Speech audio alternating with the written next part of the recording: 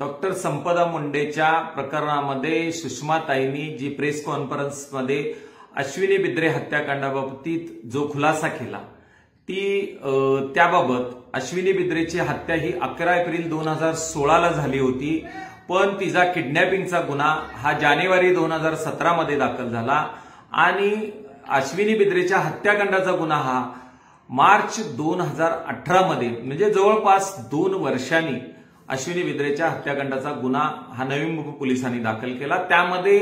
जे वाय आणि यू बाबत जो तपास झाला ते तत्कालीन तपास अधिकारी आणि ह्या गुन्ह्याचा तपासाचा छडा लावणाऱ्या सहाय्यक पोलीस आयुक्त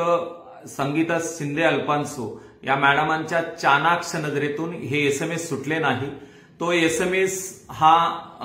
कुरुंदकरनी अश्विनीच्या मोबाईलवरून अश्विनी जिवंत राहण्यासाठी हा पाठवला होता आणि ते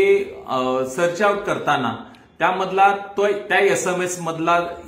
वायओयू साठी यू आणि वाय हा जो फरक होता तो अश्विनीचे चॅटिंग आणि कुरुंदकरचे चॅटिंग यामध्ये जो तफावत मिळाली त्या दृष्टीने ह्या गुन्ह्याची सगळ्यात पहिल्यांदा उकल झाली आणि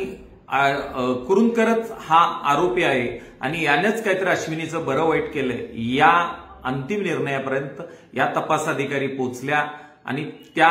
गोष्टीमुळेच ज्या सुषमाताईंनी उल्लेख केला त्या सर्व गोष्टी खऱ्या आहेत। मला अजून एक ह्या गोष्टीमध्ये सांगायचं आहे, आत्ताचे जे सातारा पोलीस अधीक्षक आहेत यांच्याकडे ही तपासाची जबाबदारी किंवा जिल्ह्याची जबाबदारी राहिली तर संपदा मुंडेला न्याय मिळेल असं वाटत नाही, कारण त्यावेळी सुद्धा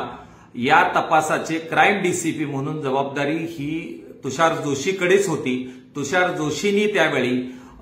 आरोपींना मदत करण्याच्या दृष्टीने ह्यामध्ये तपास अधिकारी संगीता अल्फान्सोनी यात माफीच्या साक्षीदारासाठी एक आरोपीची तयारी केलेली असताना याच डीसीपीनी त्यावेळी ह्याला खो घातला आणि त्याबाबतही मी तत्कालीन मुख्यमंत्र्यांकडे गृहमंत्र्यांकडे हेच मुख्यमंत्र्यांनी गृहमंत्री होते यांच्याकडे दाद मागितली होती। या तुषार जोशीबद्दल तक्रार दाखल केली होती की ह्या माणसामुळेच ह्या झाले, ह्याच्यावर कारवाई करावी। त्याची प्रचिती म्हणून त्याच्यावर कारवाई न होता याच गृहमंत्र्यांनी त्यांना राष्ट्रपती पदक मिळवून दिले। असे तपास अधिकारी असे पोलीस अधीक्षक असतील तर संपदा मुंडेला न्याय मिळेल असं मला नाही वाटत।